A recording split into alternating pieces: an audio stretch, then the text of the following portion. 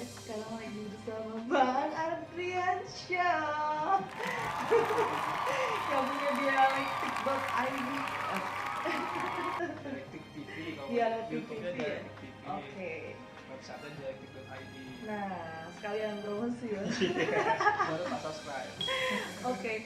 Nah, di sini sekarang kita mau bahas yang lagi rame nih ya, yang lagi baru-baru aja terjadi nih.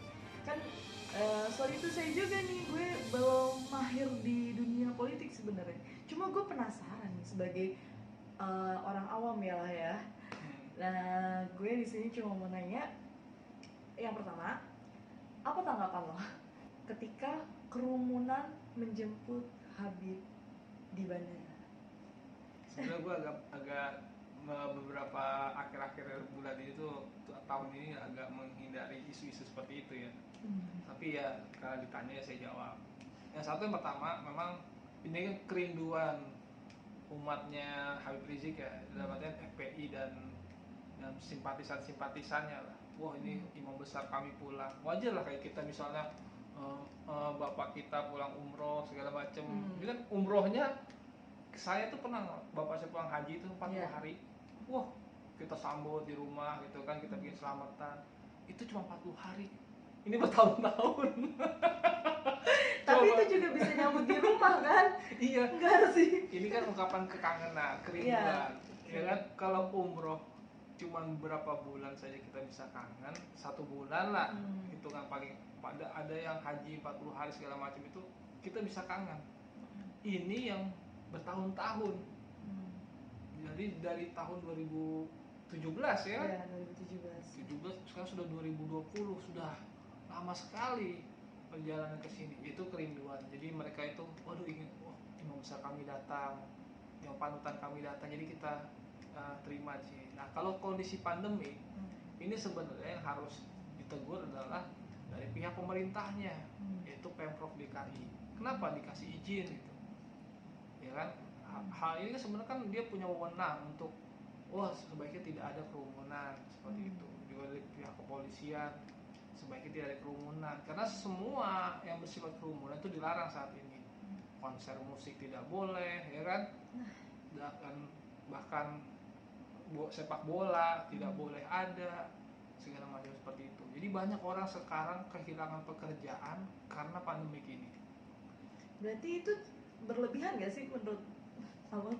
Ya, kalau Berlebihan ya? kerinduan sih wajar, tapi kita lihat. Berarti terkecuali ya. Semua orang rindu main sepak bola, rindu nonton konser. Kerinduan itu wajar, tapi kan kita harus punya empati kepada masyarakat sekitar. Contohnya begini, dulu ada tulisan Gus Mus lah.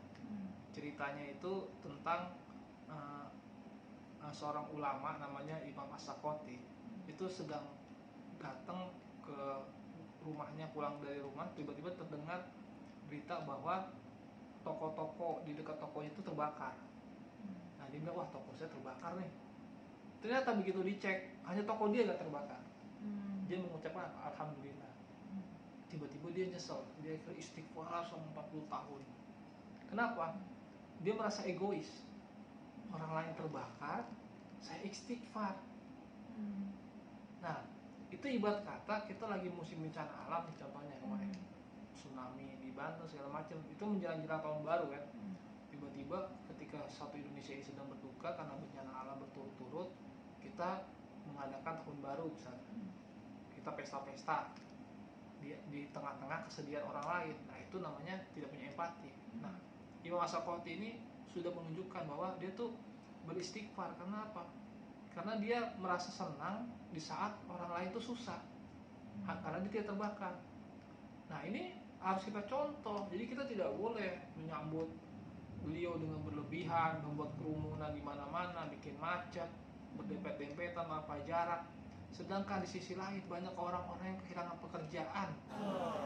Bahkan itu saat di bandara pun banyak pilot dan pramugari yang rela jalan kaki biar ngejar waktu, gimana, karena itu macet parah kan. Terus harus aja yang reschedule, ya kan, refund segala macam. Itu kan merugikan orang lain lah intinya.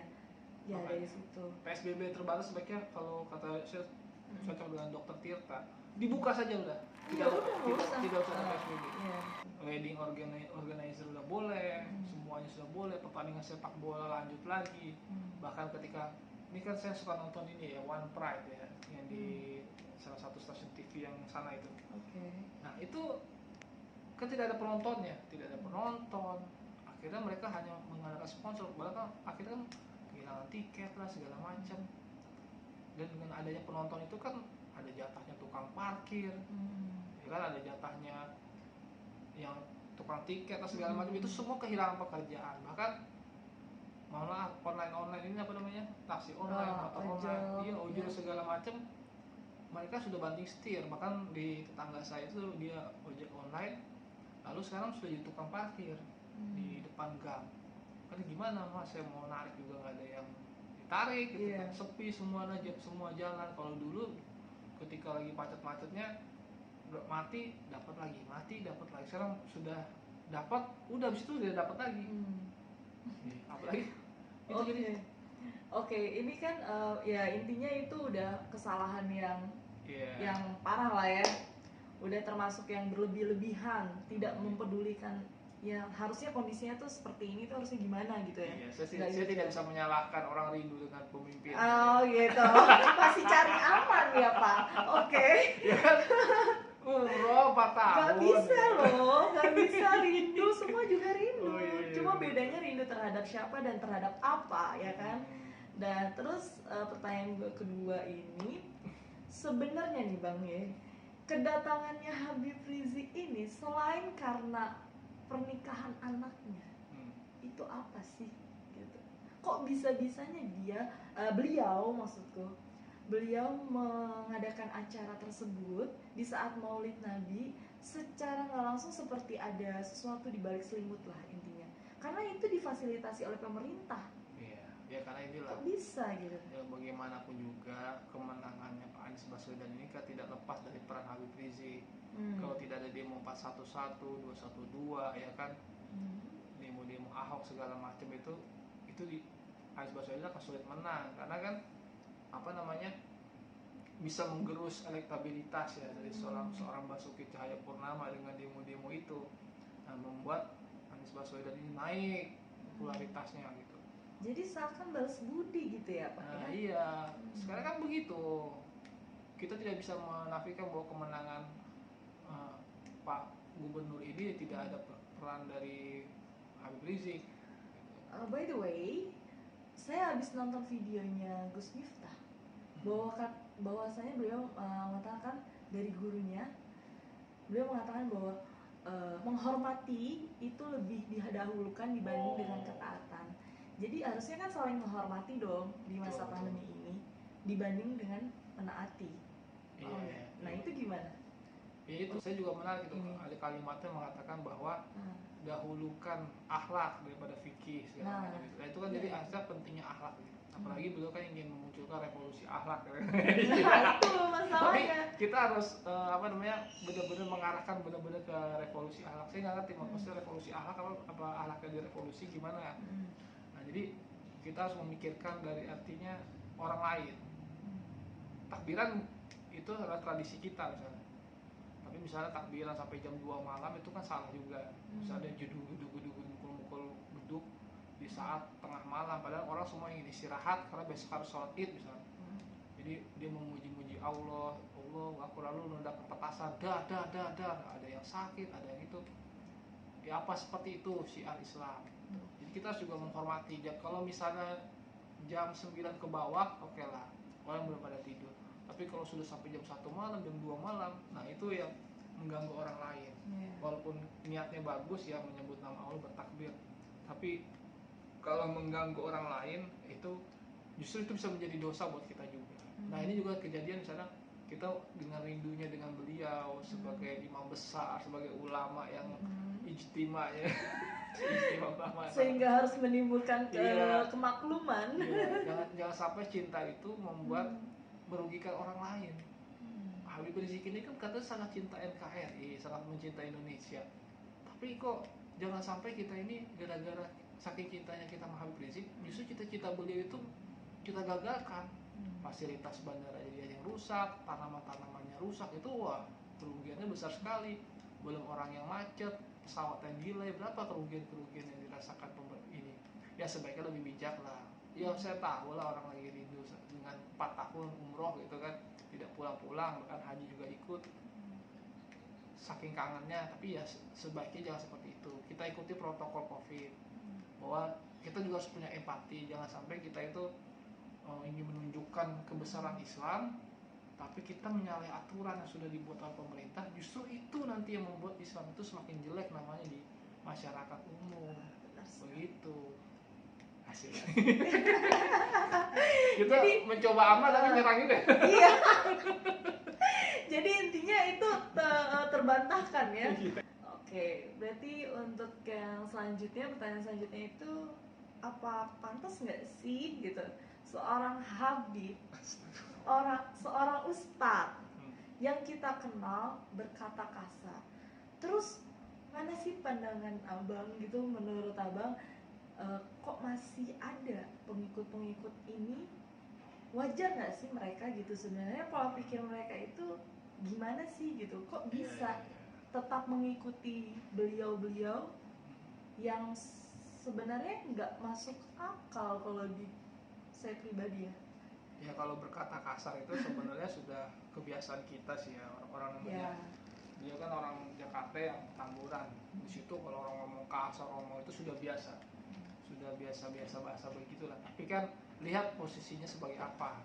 Kalau saya misalnya ada teman saya bisa connect gitu, woi nyalip aja lo, dasar apa gitu, gitu.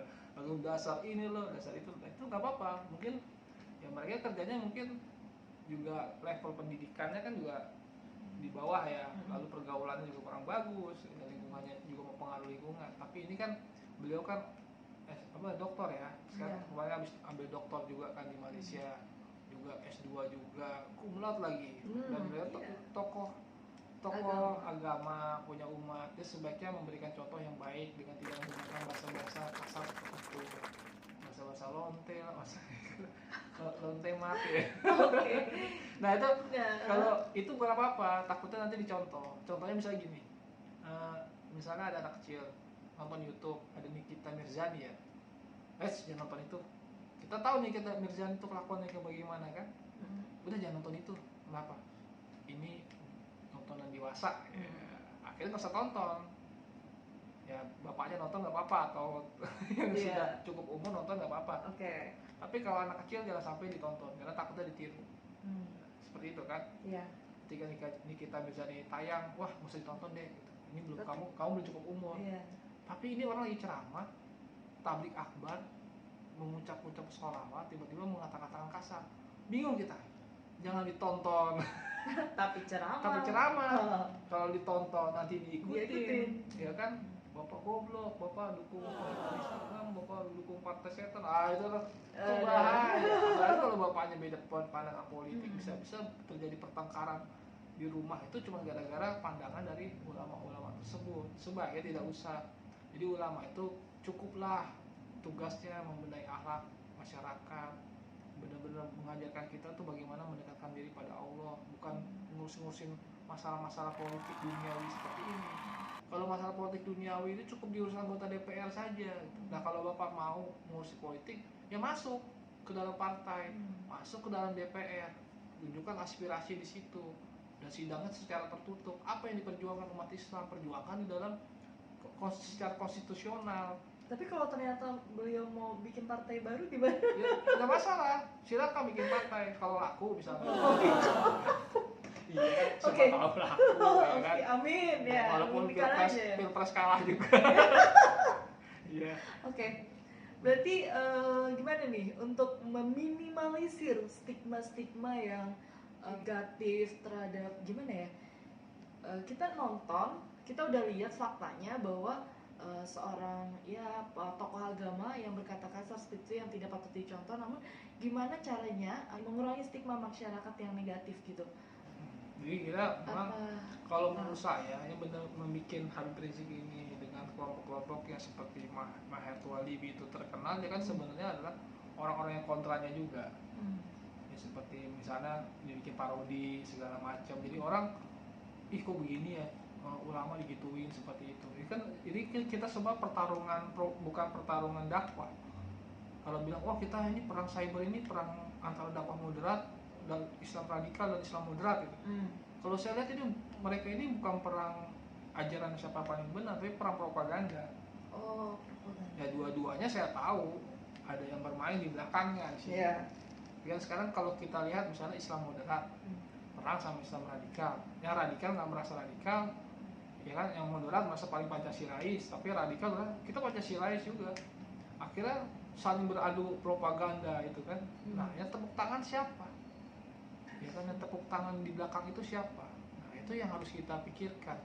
Jadi sebenarnya Habib Rizik ini sebaiknya dirangkul. Habib Rizik harus bisa terima perdebatan, diskusi. Jangan sekedar menyerang orang di sana, diserang begini, tapi nggak pernah ketemu. Harusnya ketemu, ayo debat, argumen.